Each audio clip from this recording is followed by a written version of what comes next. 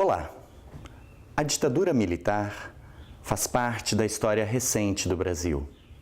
E os processos de apuração das violações aos direitos humanos, a cicatrização das feridas infligidas nos corpos e a recuperação da verdade e da memória do que aconteceu estão cadentes nas discussões e na vida das pessoas. Diante disso, este curta teológico quer perguntar, refletir sobre o papel das igrejas cristãs durante o regime militar. Este tema é objeto de estudo de um grupo de trabalho da Comissão Nacional da Verdade, instituída para apurar e averiguar crimes graves contra os direitos humanos durante o regime. E para discutir o papel das igrejas cristãs durante o regime, este vídeo traz a participação de Anivaldo Pereira Padilha, em um dos debates do Instituto de Ética, intitulado Conversas na Martim Lutero, e coordenado pelo professor Rudolf von Zinner. Anivaldo Padilha é metodista. Na juventude, participou do movimento estudantil. Durante a ditadura militar, Anivaldo Padilha iniciou seus estudos na Faculdade de Ciências Sociais da USP. Foi líder do movimento estudantil da USP. Dirigiu o Departamento Nacional da Juventude da Igreja e participava da Ação Popular. Foi perseguido, preso, torturado e exilado. Atualmente, Anivaldo Padilha integra o grupo de trabalho da Comissão Nacional da Verdade, encarregada de investigar o papel das igrejas cristãs durante o regime. Anivaldo é um dos fundadores da organização não governamental Koinonia e um dos colaboradores fundamentais no projeto Brasil Nunca Mais. Dada a riqueza de informações e do debate, nós decidimos manter todo o vídeo na íntegra. Nessa direção, este é o primeiro longa teológico produzido pela Faculdade Zeste. E é este depoimento de Anivaldo Padilha que queremos convidar você a assistir agora.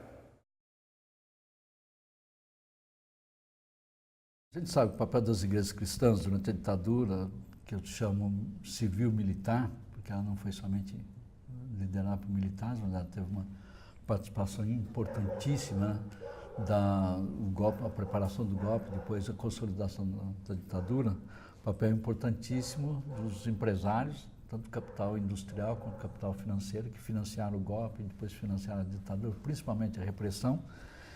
E, acima de tudo, um papel importantíssimo e fundamental de duas instituições.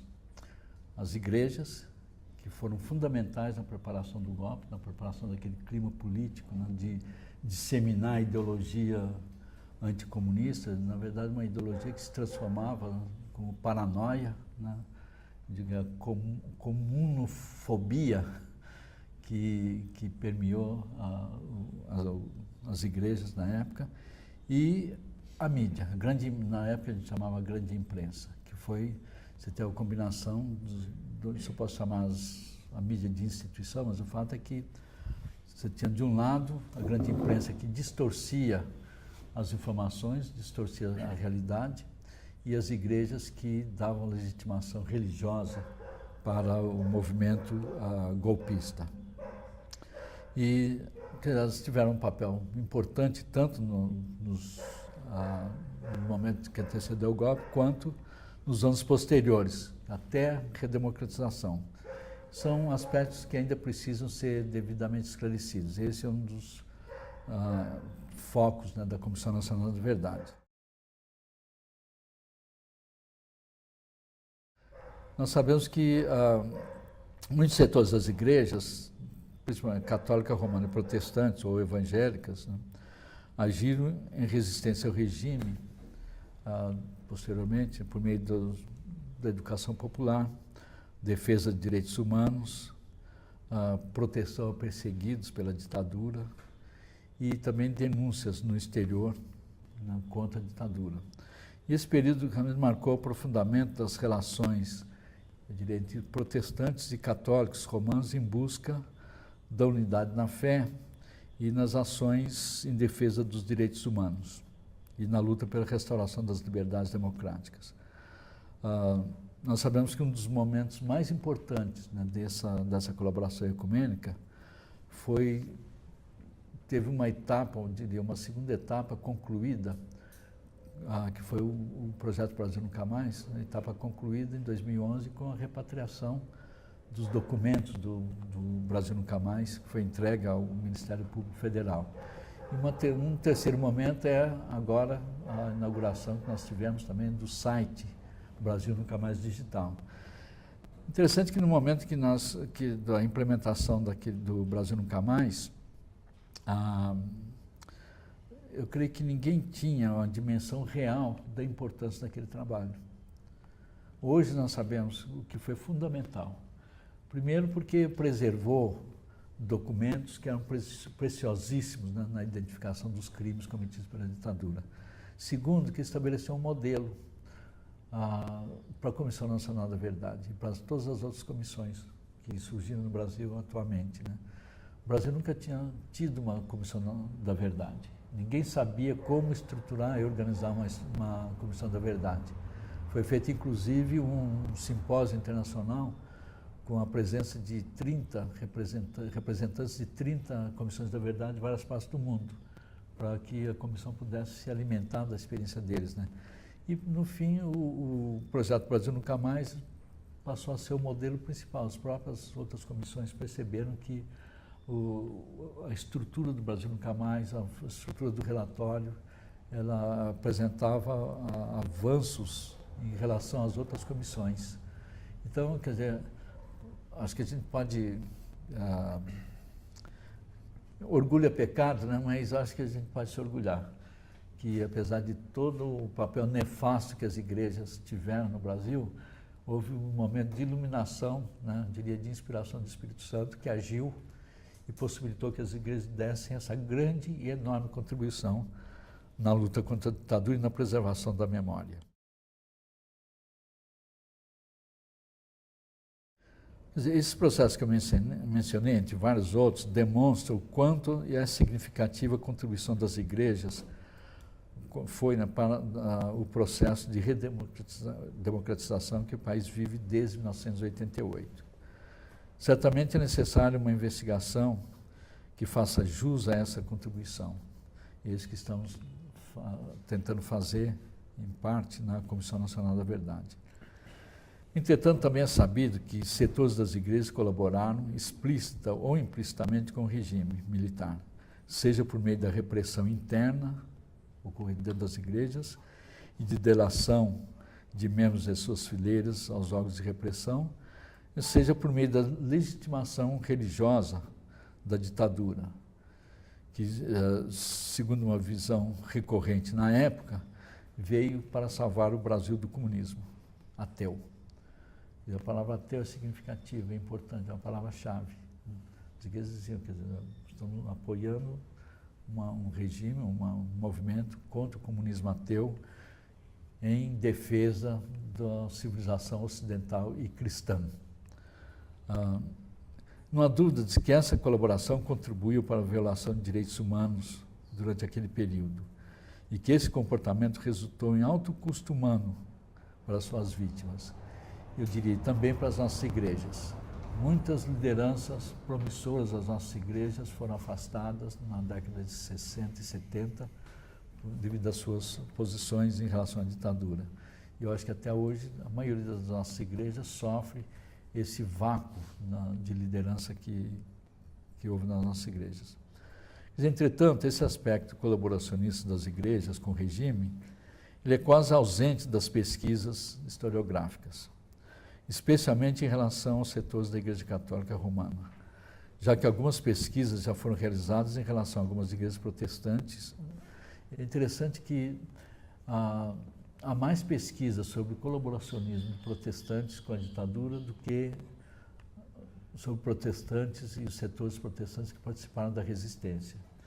Na Igreja Católica é o contrário. Há muita pesquisa, publicações, fala-se muito, né, dos setores que resistiram e praticamente nada sobre o colaboracionismo dos setores da Igreja Católica. Isso é algo que nós estamos tentando restabelecer ou estabelecer em um equilíbrio, né? É imperioso que essa memória seja recuperada para que a sociedade possa sarar as suas feridas abertas. Aqui tem alguns aspectos gerais das sobre as igrejas e regime militar. Sabe que a sociedade civil brasileira estava entrecortada ideologicamente pelo crivo da Guerra Fria, no período pré-golpe de 64.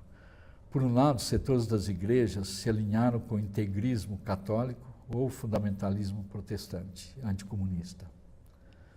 Por outro lado, outros setores se engajaram no movimento por reformas políticas e sociais para um aprofundamento do cenário democrático no Brasil, e não somente no Brasil, mas na América Latina também. Na Igreja Católica, a criação da Ação Católica e posteriormente da CNBB, e entre os protestantes, a existência da Confederação Evangélica do Brasil e seu setor de responsabilidade social, eram um alicerce de uma eclesialidade que avançava para compromissos com a democracia acompanhada de reformas sociais.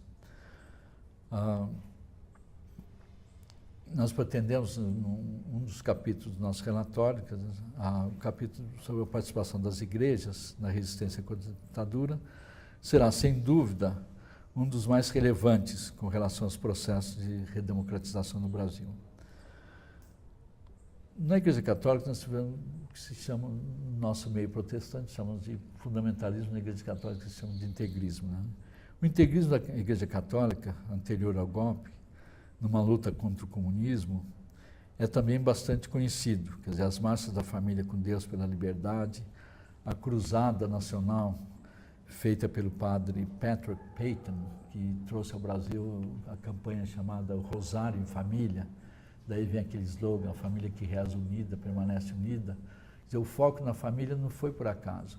É que a propaganda anticomunista dizia que o comunismo destruía as famílias. Então era necessário preservar a família, e um dos meios era o Rosário em Família. Foi parte da luta ideológica. É interessante, né, que setores conservadores e fundamentalistas sempre trazem a visão de que qualquer coisa desconhecida, qualquer coisa pode ameaçar a destruição da família. Nós vemos isso hoje, né, nos pronunciamentos de vários setores conservadores das nossas igrejas. E, finalmente, quer dizer, esse integrismo e as marchas e a campanha do padre Peyton finalmente chegaram ao apoio ao golpe militar em 64. Como a gente pode ver, inclusive, em documentos ou pronunciamentos, por exemplo, da Helder Câmara, apoiou o golpe de Estado. Dom Sigô, que era o bispo e líder era bispo da Diocese de Jacarezinho, e foi um dos fundadores do movimento da TFP, na Tradição, Família e Propriedade. Ele afirmava a necessidade do apoio católico à luta anticomunista. Dom Sigô publicou em 63 o Catecismo Anticomunista, no qual afirmava que o comunismo servia para instaurar o reino de Satanás neste mundo. Interessante que nos últimos anos eles criaram um outro termo, não é reino de Satanás, mas é sinagoga de Satanás, não sei se vocês já viram. Tivemos o Dom Jaime de Barros Câmara, que era o arcebispo do Rio de Janeiro, na época do golpe militar, que estimulou a campanha desenvolvida pelo padre Peyton. E também a Marcha da Família com Deus pela Liberdade no Rio de Janeiro, que teve a participação de mais ou menos 150 mil pessoas. Em São Paulo, no dia 19 de março, que foi em São Paulo, levou mais ou menos, de acordo com os dados da época, mas não são confiáveis, dizia-se que tivemos 500 mil pessoas nessa marcha. Thomas Bruno, que ele fez um trabalho sobre essa época, ele avalia que as ações integristas da Igreja Católica foram um importante estímulo para a intervenção militar, pois era uma prova de que as senhoras católicas, eu estou citando ele, senhoras católicas do Brasil estavam saturadas do governo João Goulart. E entre os protestantes, também circulavam discursos que afirmavam a necessidade de um Messias que salvasse o país das crises atribuídas a Jango. E é sintomático que o termo, né, falava-se em Messias realmente para salvar o Brasil. É sintomático que os militares e a imprensa da época, logo após o golpe, chamaram o golpe de Estado de Revolução Redentora, né? Foi usada pela mídia da época para se referir ao golpe e justificar o golpe. E foi realmente, essa terminologia foi assimilada criticamente pelos protestantes, principalmente, né, pelas igrejas protestantes. logo após o golpe, 21 de abril, em Recife, por exemplo, foi convocado um culto de ação de graças pelo golpe militar. Esse culto foi convocado por batistas, igreja batista e presbiteriana do Brasil, em Recife. Os pastores protestantes pediam que os fiéis levantassem os corações, agradecidos pela providência que Deus tomara. O Seminário Presbiteriano do Norte, em Recife, recomendava, 2 meses após o golpe, que se repudiasse a subversão comunista e que se acatasse e apoiasse as autoridades públicas constituídas. E conclamava o povo a colaborar com elas nos compromissos assumidos com a nação. Essa colaboração com a ditadura significava, basicamente, denunciar pessoas que podiam ser consideradas comunistas, né? A Igreja Presbiteriana do Brasil provavelmente tenha sido a que mais apoiou o golpe, né? Ela empenhou, por meio de seu discurso oficial, um apoio total ao Estado ditatorial militar no Brasil. Outra denominação que comemorou o golpe foram os batistas. O jornal Batista afirmava que o golpe foi uma vitória da democracia contra o comunismo. Identificava o golpe como uma possibilidade de maior expansão da pregação do Evangelho. Indicava que as prisões de religiosos, católicos e protestantes era uma necessidade e fazia parte da responsabilidade dos crentes contribuir para que aqueles contrários ao regime fossem detidos ou presos. O ato institucional número 1 foi visto pelos batistas como um momento novo no qual cabia confiança absoluta, uma vez que não haveria nem demagogia nem comunismo. Várias notas, essas aqui são notas sobre o colaboracionismo com a ditadura que eu estou citando, né?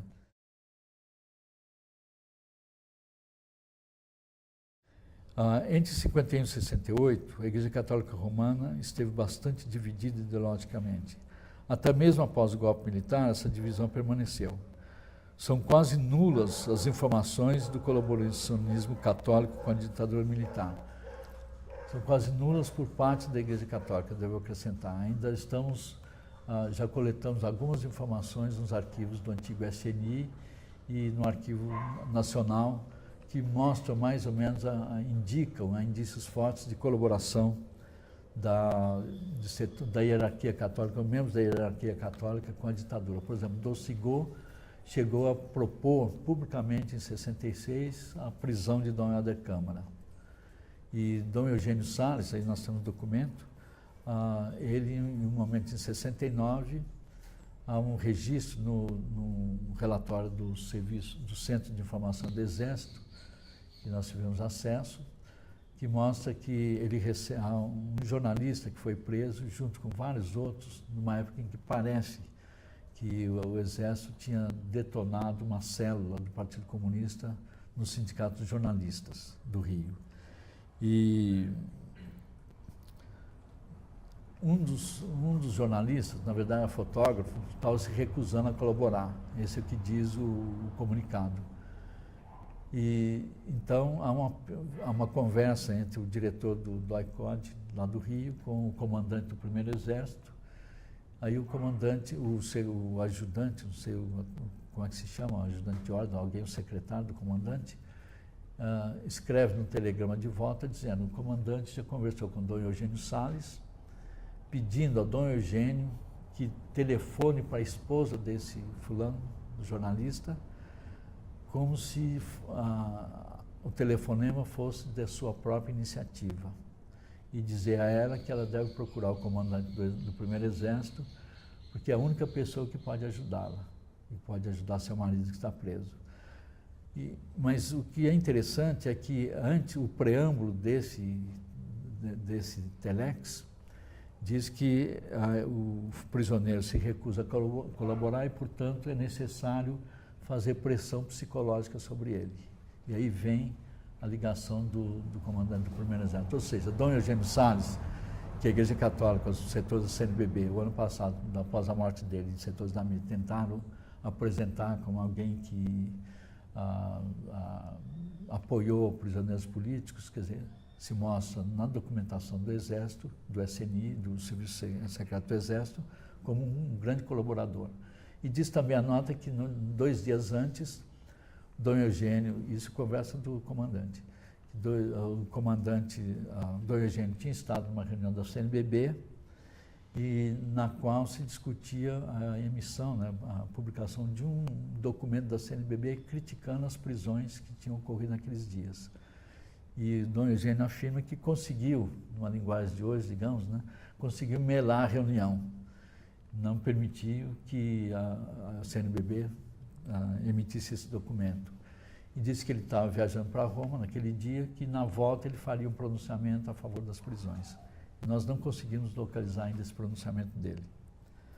Mas a gente sabe que havia bispos, né, que eram identificados mesmo com quadros bons e ruins pelo Serviço Secreto, pelo SNI.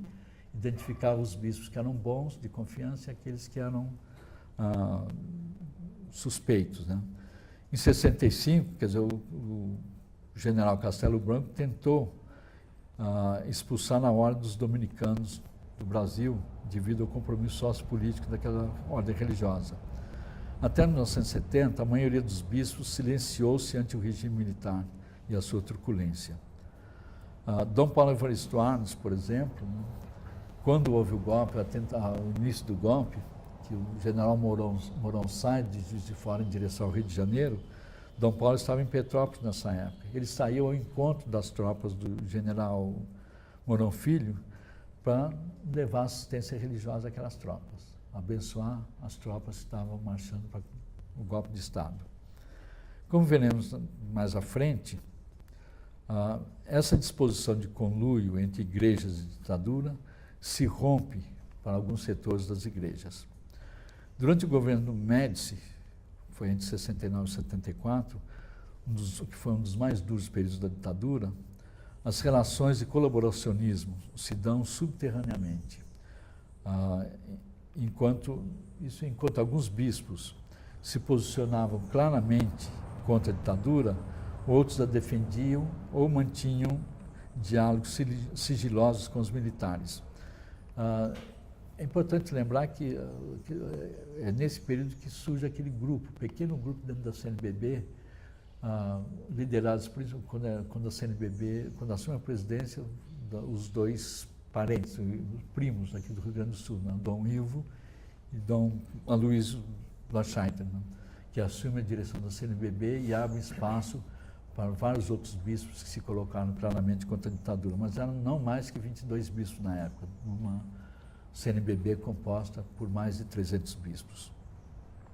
E houve também aqueles bispos que mantinham as relações sigilosas mesmo com os militares. Até agora não conseguimos documentos para identificar que tipo de conversa havia entre eles.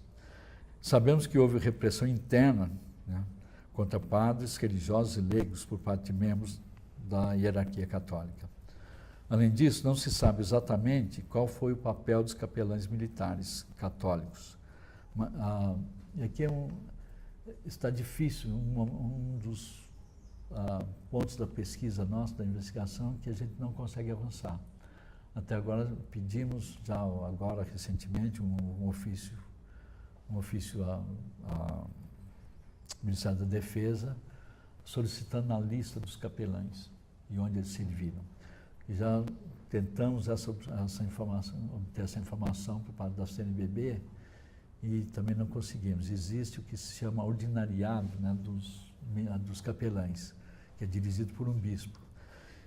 O que nós não sabemos realmente qual é o papel deles, mas tem uma ex-presa política em São Paulo, Crimeia, ela me deu inclusive a foto do filho dela. Ela foi presa em São Paulo, ela estava grávida. Foi levada para Brasília, porque o marido dela tinha sido assassinado no Araguaia. Foi levada para Brasília, grávida. O filho nasceu no quartel do Exército, em Brasília, e os militares não deram permissão para ela permanecer com a criança. Exigiram que ela entregasse a criança para alguém. Aí, por meio de relações de amigos, familiares, encontraram uma família em Brasília que se dispôs a acolher a criança. Só que era uma família profundamente católica. e exigiu que a criança fosse batizada. Mas não permitiram a entrada de nenhum padre. E quem batizou o filho dela foi o capelão militar.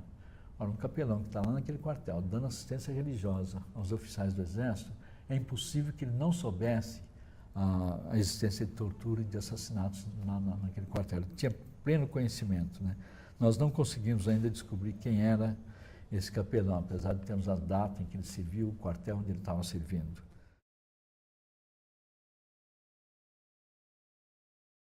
No caso da minha própria igreja, né, a igreja metodista, alguns bispos e pastores denunciavam seus fiéis publicamente de subversivos e de comunistas. Essas denúncias eram feitas por meio dos sermões, a partir do púlpito, e também em concílios. E chegaram até a dois, né, que me denunciaram, o bispo Isaías Sucasas e o irmão dele, o pastor José Sucasas Júnior, foram ao DOPS e se ofereceram para ser informantes do DOPS. Isso está documentado, conseguimos esses documentos no arquivo do Estado de São Paulo, está documentado também no SNI. Eles foram voluntariamente lá em duas datas. A primeira, foram se oferecer como informantes e deram a lista de nomes de pessoas que eles acusavam de ser comunistas que haviam se infiltrado na igreja metodista, né? O diário do bispo Isaías Sucasas, que nós tivemos acesso também, tem duas entradas no diário dele. Uma, quando ele fala que ele e o irmão dele foram ao DOPS se oferecer para ser informantes e colaborar com a repressão. E a segunda entrada é quando eles voltam lá para recolher a carteira de colaborador do DOPS, colaboradores, né, do DOPS.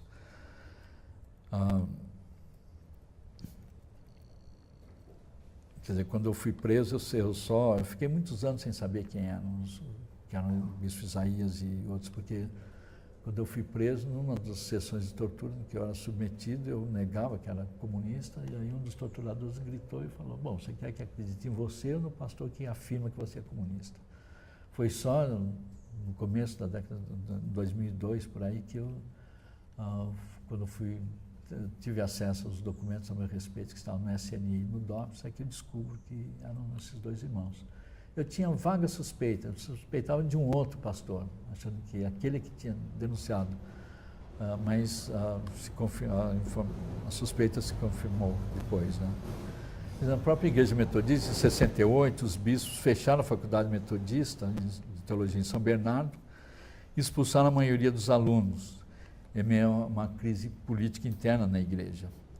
Foi a crise interna na igreja era a polarização ideológica entre os setores que apoiavam a ditadura e aqueles que eram contra, né? Eu fui um dos pivôs dessa crítica, porque eu era, na época, diretor do Departamento de Juventude da Igreja Metodista do Brasil, era editor da revista da Juventude, e me posicionei claramente contra a decisão dos bispos. Mas a crise da Faculdade de Teologia ela foi causada por dois motivos, né? Uma foi porque os formandos, em 1967, convidaram Dom Helder Câmara para Paraninfo.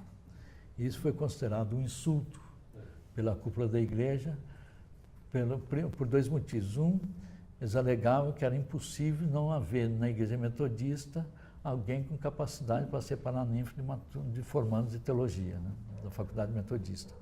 E a segunda motivo era que Dom Helder era chamado de o bispo vermelho pela grande imprensa.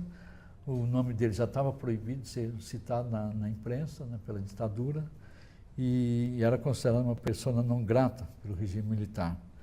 E a crise se tornou mais aguda quando houve denúncias de que os seminaristas tinham relações com a UNE, União Nacional de Estudantes, e que haviam obrigado o encontro da diretoria da UNE lá na Faculdade de Teologia. A UNE, nessa época, tinha sido colocada na ilegalidade, né, pelo regime militar, logo depois de 64.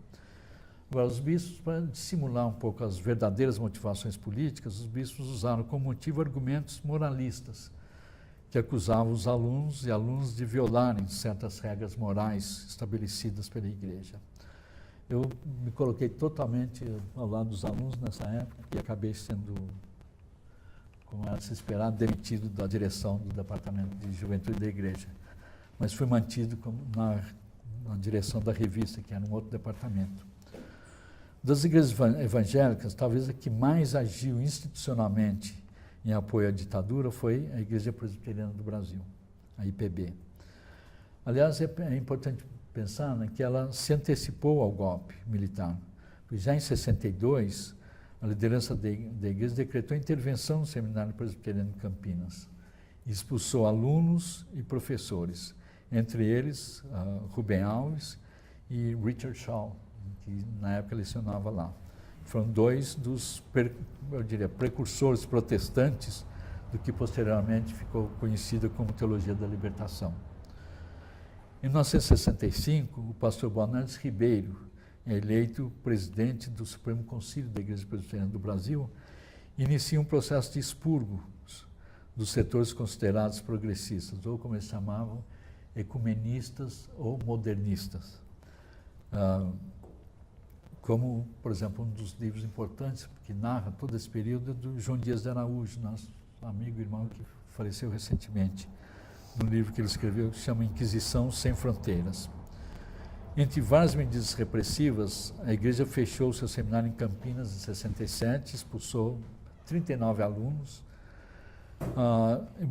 Boanerges Ribeiro também se tornou reitor da Universidade Mackenzie, que é mantida pela IPB, e transformou a Universidade Mackenzie, em São Paulo, no principal centro de atuação do Comando de Caça aos Comunistas, que era o grupo fascista violento que saía, o próprio nome diz, né? Saía em caça dos comunistas.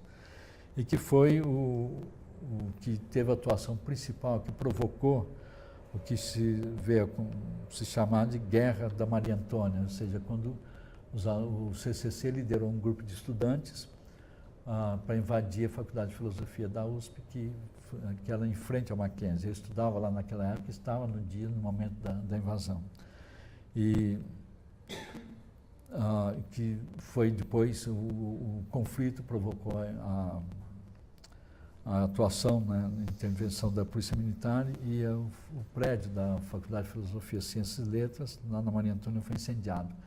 Interessante que sábado passado, agora, há poucos dias, eu coordenei uma audiência pública com os depoimentos de militares perseguidos pela ditadura.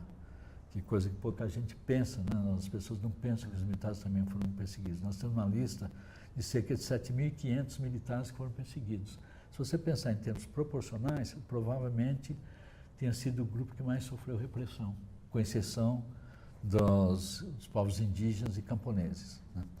Mas nessa audiência tivemos depoimento de um coronel do Exército, que depois obteve pela Comissão de Anistia, ele obteve o grau de general.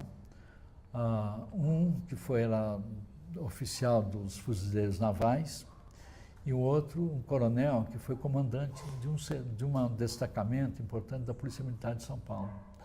Ele foi quem comandou as tropas da Polícia Militar que foi para intervir no conflito. Antes de começar o conflito propriamente dito, que era ainda no nível das provocações, ele recebe a instrução do comando da Polícia Militar, dizendo que ele tinha que invadir a Faculdade de Filosofia a qualquer custo e destruir a faculdade. Aí ele disse o seguinte: olha, eu só vou executar essa ordem. Ele falou: mas a ordem de quem? O comandante falou: é a ordem do governador, que era o Abreu Sodré. Ele falou: só executa essa ordem se eu receber a ordem por escrito.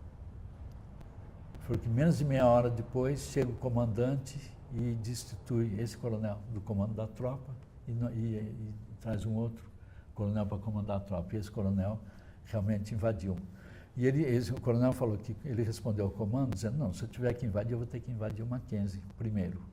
Porque é ali que eles estão organizando. Eu estou vendo, eles estão com vários pequenos barris de gasolina e querosene e muitas garrafas preparando coquetéis Molotov para atirar na Faculdade de Filosofia. Então, se eu tiver que invadir, tem que invadir primeiro o Mackenzie. Isso foi vetado, e aí ele foi destituído e 2 anos depois, 3 ou 4 meses depois, ele foi colocado na reforma, depois foi preso, foi torturado, porque eles achavam que havia uma célula comunista dentro da PM. Ele foi torturado para revelar os nomes de pessoas que faziam parte daquela célula. Na Igreja Presbiteriana Independente do Brasil, a IPI, quer dizer, ocorreram vários episódios semelhantes, né, ao que ocorreu na IPB e na Metodista.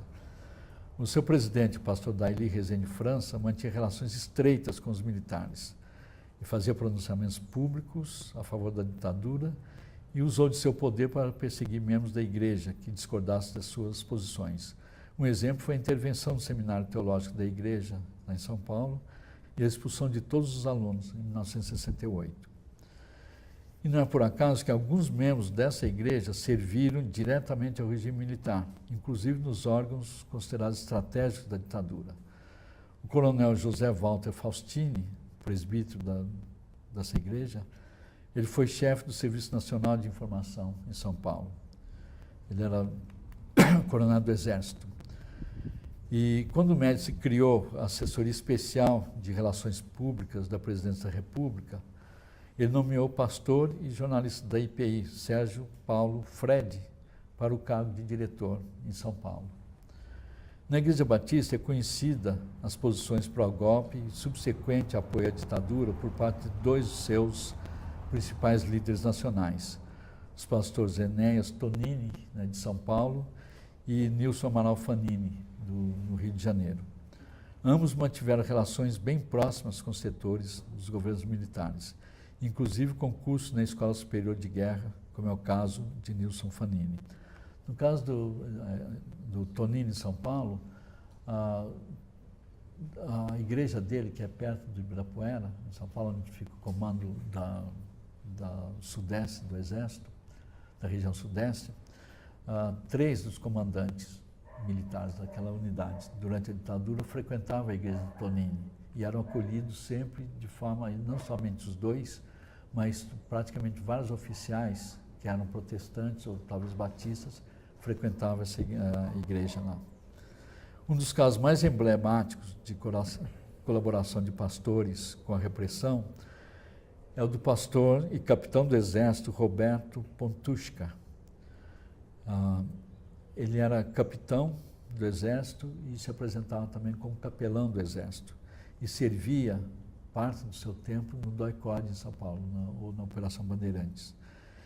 E ele fazia parte, ele não era parte das equipes de interrogatório, ou seja, das equipes de tortura, mas ele comparecia às sessões de tortura. E ele participava das sessões de torturas e no final do dia ele passava pelas celas dos presos para distribuir folhetos de evangelização e tentar para evangelizar os presos. E quem relata esse caso, capitão, ele trabalhou pouco tempo no DOPS, o BAN ou o DOI-CODE. O BAN foi criado no começo de 69, se não me engano foi em abril de 69, e eu fui preso em fevereiro de 70. Quando eu fui preso, em 70, ele já não estava mais lá. Mas um dos amigos nossos, que o Neide conhece bem, o Walter também, o Lenildo Silveira, hoje ele é pastor da IPI, é professor na pós-graduação lá em Rio de Ramos, da Igreja Metodista, da Universidade Metodista. Ele esteve preso em 69. Ele falou que, para surpresa dele, susto, ele estava na cela, tinha sido torturado. Na cela chega um capitão e fala: quem é o seminarista que está aqui preso? Seminarista crente. Aí ele se identificou e aí fez um sermão para ele, realmente o sermão moralista, tudo, e exigindo que ele confessasse o que ele tinha feito e que aí ele poderia ser solto. Aí vira para um colega dele, do Leonildo, que estava preso também, Ricardo Zaratini, e eu falei: e você é comunista? Ele falou: sou. Aí eles deu um folheto para ele e falou: olha, o Leonildo não precisa, mas você, está aqui um folheto que não era bem um folheto, era uma porção do Novo Testamento, aqueles, sempre o Evangelho, né? Deu para ele e falou assim: olha, para os está aqui. Agora, se você não aceitar isso aqui, para quem não se converte, eu tenho outro material mais importante. E mexeu na arma, né? Dizendo, o outro tratamento é esse aqui. É importante pensar, quer dizer, o que, no caso, vou pular aqui, eu estava falando da ação desse capelão, né, da Igreja Batista, mas a gente vê a colaboração e a repressão. A Confederação Evangélica, por exemplo, né, ela foi invadida logo após o golpe, denunciada por pessoas das igrejas, né? E os documentos do setor de responsabilidade social da Confederação foram todos confiscados, muitos destruídos. Estou tentando ver se no Arquivo Nacional no Rio esses documentos ainda estão lá, mas não conseguimos localizar ainda. Mas porque o setor de responsabilidade social é que tinha iniciado aquela série de conferências, né, na meados dos anos 50, que culminou com a última conferência em 62, que foi a chamada Conferência Nordeste, cujo tema foi Cristo e o Processo Revolucionário Brasileiro, né? Foi em função da atuação da Confederação Evangélica que o Exército invadiu os escritórios da Confederação, prendeu vários funcionários, e nós sabemos que a Confederação tem um papel fundamental desde aquele momento, em 1950, na promoção da reflexão sobre o papel da Igreja frente aos problemas sociais do Brasil, e especialmente por meio desse setor de responsabilidade social, e que deu origem ao que foi depois o movimento Igreja e Sociedade na América Latina, e ISAL, né? E nós temos indício, né, de que a invasão foi feita mesmo a partir de denúncias de setores conservadores da Igreja, que viram nas atividades da Confederação a partir da ótica anticomunista. Os funcionários presos foram despedidos e a Confederação finalmente fechada, né, pelos setores conservadores das igrejas. Interessante que esses mesmos setores, depois já na década de 80, né, eles fundaram, bom, em 60, logo após o fechamento da Confederação, os setores conservadores fundaram uma outra organização para dar sequência, dar continuidade a um trabalho que a Confederação executava, que era de distribuição de alimentos e roupas, tá? Que foi criada a Diaconia, com sede inicialmente no Rio de Janeiro e hoje no Recife. O primeiro diretor dessa organização, Diaconia, foi o coronel Paulo Moura, que era coronel da Aeronáutica, tinha sido chefe do Serviço de Inteligência da Aeronáutica no Rio de Janeiro, e era da minha igreja, metodista.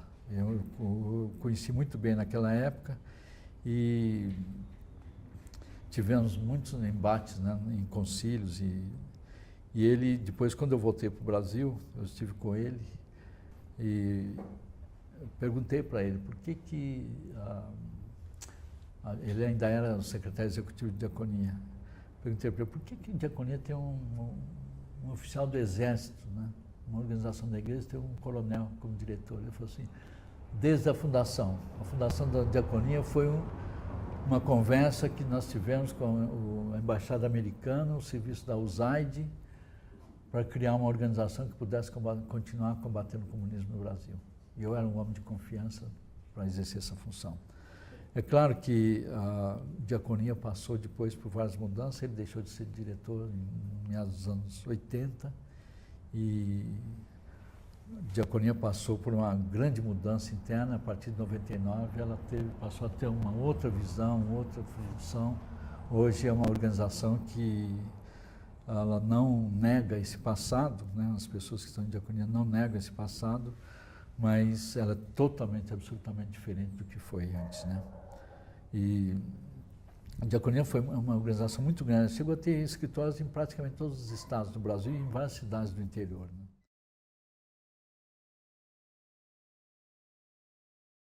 Somente algumas notas, né, sobre a resistência à ditadura. E a documentação, como eu disse antes, é mais abundante, né, principalmente na Igreja Católica. No caso protestante é menor. Mas a gente sabe que, no caso da Igreja Católica, em 68 começa o início, né, da ruptura entre a Igreja Católica e o regime militar, pelo menos por parte dos principais membros da hierarquia. O assassinato do padre Henrique, era assessor de Dom Helder Câmara, foi um dos episódios que demonstraram tal ruptura. A ação católica, a teologia da libertação, as comunidades eclesiais de base eram ações eclesiais realmente em prol da redemocratização do Brasil, em favor dos direitos humanos e para a maioria da população, e contra o regime militar. Que foi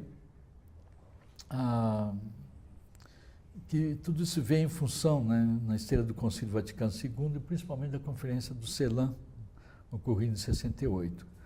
A ação dos dominicanos em apoio a Marighella, a ALN, né, que culminou no assassinato de Marighella em 1969, depois do suicídio de Frei Tito, dentre outros fatos, realmente marcam uma clara ruptura entre setores progressistas da Igreja Católica e o regime militar.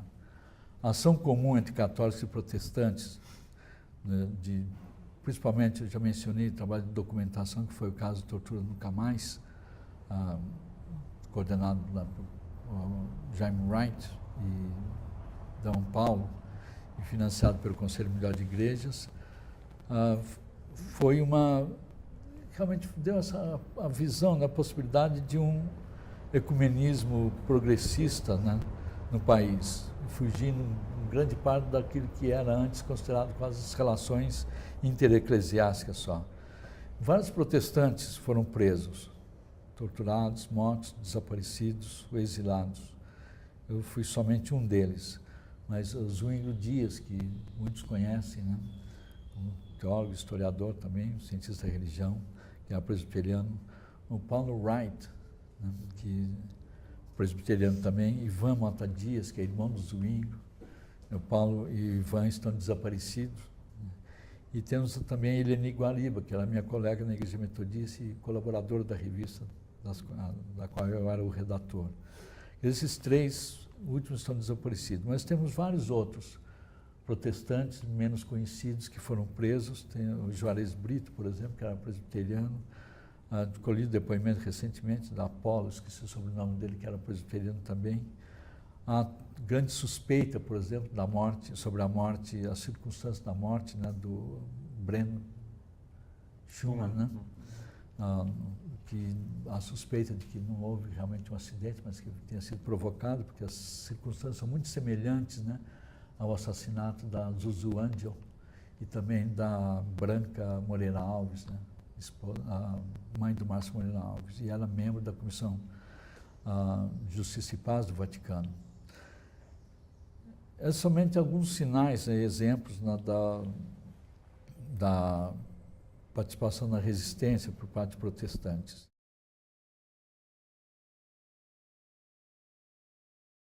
E foi por que a comissão decidiu realmente investigar o papel das igrejas. Foi exatamente pelo papel que as igrejas tiveram naquela época, na consolidação da ditadura, na propagação do golpe, e também uma preocupação que a história, vocês trabalham muito com questão de memória, em teologia e tudo, né? A memória é extremamente importante para trazer ao presente aquilo que está bastante escondido, são cicatrizes ainda abertas, são feridas que não foram cicatrizadas e que representam, essa memória representa um período sombrio da sociedade brasileira. E a grande pergunta que essa memória nos faz é: por que a sociedade brasileira tolerou, aceitou viver sob um regime que realmente destituiu um governo legitimamente eleito, democraticamente eleito, rasgou a Constituição, impôs ao país um regime de exceção, um regime terrorista, que aterrorizou a população, torturou, prendeu ilegalmente, torturou, assassinou, ocultou cadáveres. Sendo que há muita gente naquele período que alega que não sabia o que estava acontecendo, o que não é verdade. As pessoas podiam estar, que eu mencionei hoje de manhã, aquela música do Chico Buarque, né? O Apesar de Vocês, que tem uns versos que ele fala: a minha gente hoje anda falando de lado e olhando para o chão. E realmente as pessoas andavam assim, falando do lado, que era cochichando nos ouvidos, para que ninguém ouvisse, e olhando para o chão para não ver o que ocorria ao seu redor. Quer dizer, ninguém pode alegar, principalmente quem era adulto na época, alegar que não sabia o que estava acontecendo, porque era generalizado. Porque eu já disse que a tortura tinha dois objetivos, que era extrair informação dos presos, mas era também o objetivo de aterrorizar a população, porque a ditadura permitia, apesar de negar a existência de tortura, a ditadura de vez em quando permitia a divulgação de notícias sobre torturas. Isso os jornalistas da época contam isso, porque tinha intenção também de que a população tomasse conhecimento de que havia tortura, que era uma forma de amedrontar e aterrorizar a população.